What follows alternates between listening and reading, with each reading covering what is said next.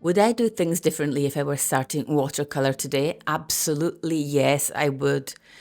There are several steps I skipped that would have made learning watercolor not only much more enjoyable, but actually faster as well. I think one of the biggest mistakes we make is seeing learning stage as homework. We become impatient to get through it, so we jump in at the deep end before we've even learned how to swim.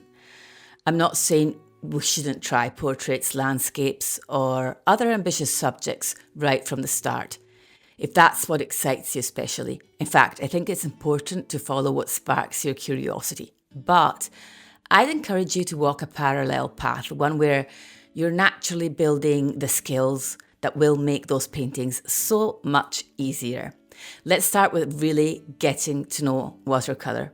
This wonderfully rebellious medium has an extraordinary ability to surprise you with moments of beauty almost by accident. And I was reminded of that while leafing through the little sketchbook where I test my colours. Pages filled with nothing more than paint, colours bleeding into each other, wet and wet, transparent washes overlapping to create unexpected new hues, dropping a brush full of pigment onto a damp paper and watching it bloom and spread, and dragging a brush across dry paper and discovering beautiful broken textures.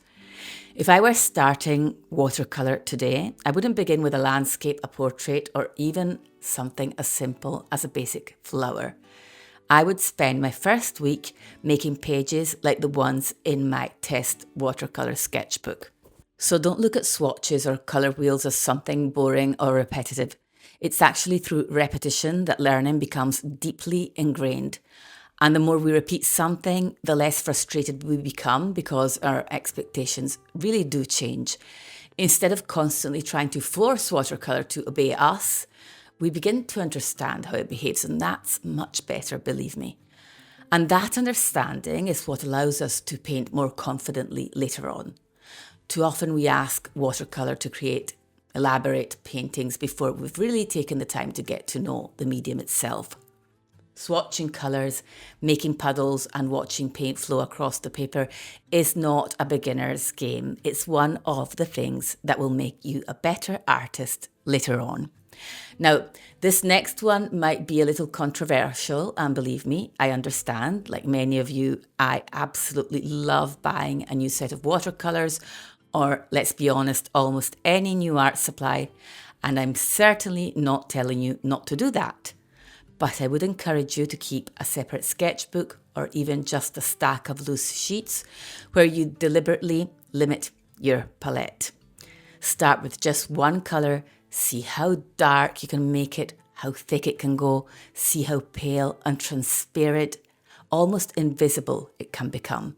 Discover how many personalities a single pigment can have.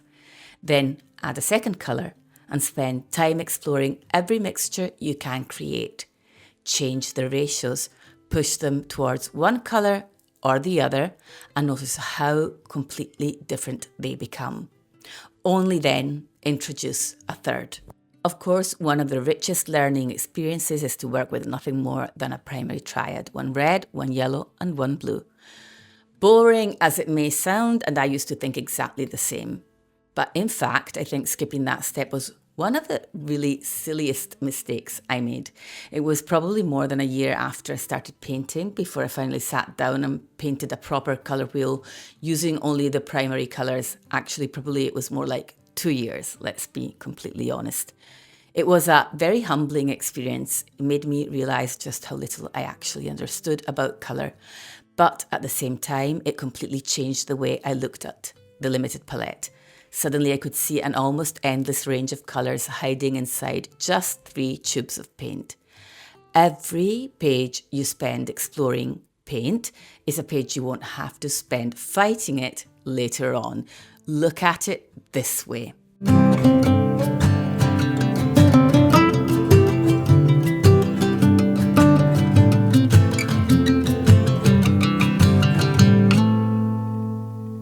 Paper is probably the single most important art supply in watercolour. I've said many times before that I recommend using 100% cotton paper, so I won't spend too much time repeating myself again, as I want to give you information today that is more difficult to find and from my own personal experience. But recently I've heard quite a few students of mine struggling with handmade watercolour paper. And it reminded me so much of myself when I first started out and I was chasing all the fancy watercolour sketchbooks, and some of them were made with handmade watercolour paper. And they weren't exactly cheap either. The problem is that some of the handmade papers aren't properly sized. So when I'm talking about size, I'm not talking about size of the paper, but something that goes over the surface of the paper. Sizing is what helps the water and pigment stay on the surface of the paper long enough for you to move it around. Without enough sizing, the paper behaves almost like blotting paper or kitchen paper. The water and pigment disappear straight into the fibres before you've had a chance to do anything with them. Blending becomes difficult. Lifting becomes almost impossible. Instead of feeling like you're painting, it feels like you're fighting the paper. Some handmade papers can also be quite delicate. If you're using a lot of water or working back into an area with your brush, the surface may start to pill or break down. Now, I have enormous admiration for the people who make handmade paper. It's beautiful. It's a beautiful craft in its own right. And there are wonderful handmade papers designed specifically for watercolour.